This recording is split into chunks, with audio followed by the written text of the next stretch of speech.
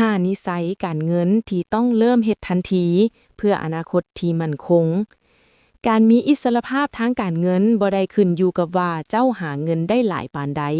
แต่ขึ้นอยู่กับว่าเจ้าบริหารเงินที่หาได้นั้นแนวใด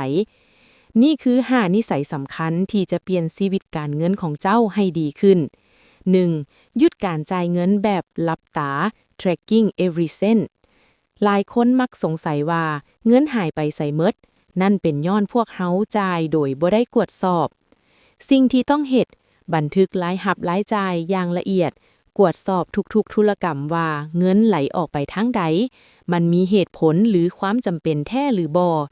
ผลประโยชน์เฮ็ดให้เฮาเห็นห้อยหัวของการเงินและสามารถตัดรายจ่ายที่บ่มีประโยชน์ออกได้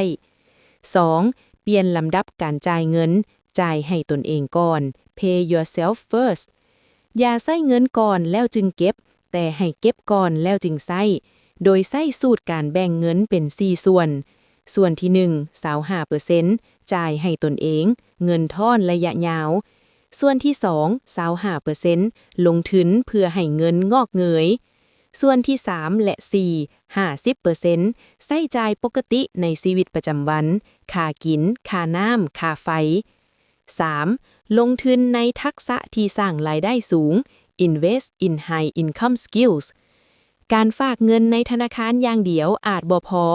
การเพิ่มมูลค่าให้ตนเองคือการลงทุนที่คุ้มค่าที่สุด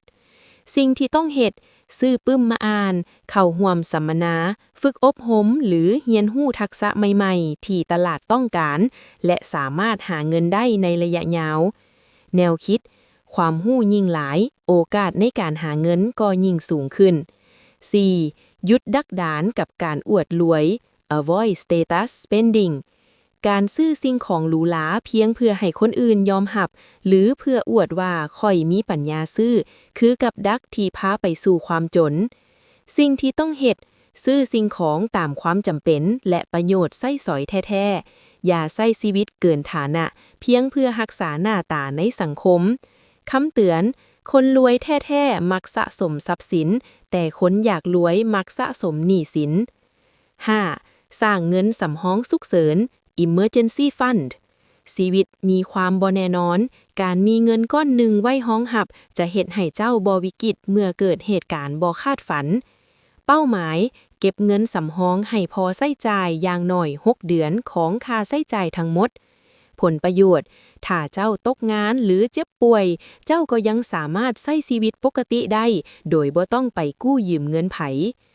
การเริ่มต้นในมื้อนี้คือการวางรากฐานให้กับเศรษฐีในมื้อหน้า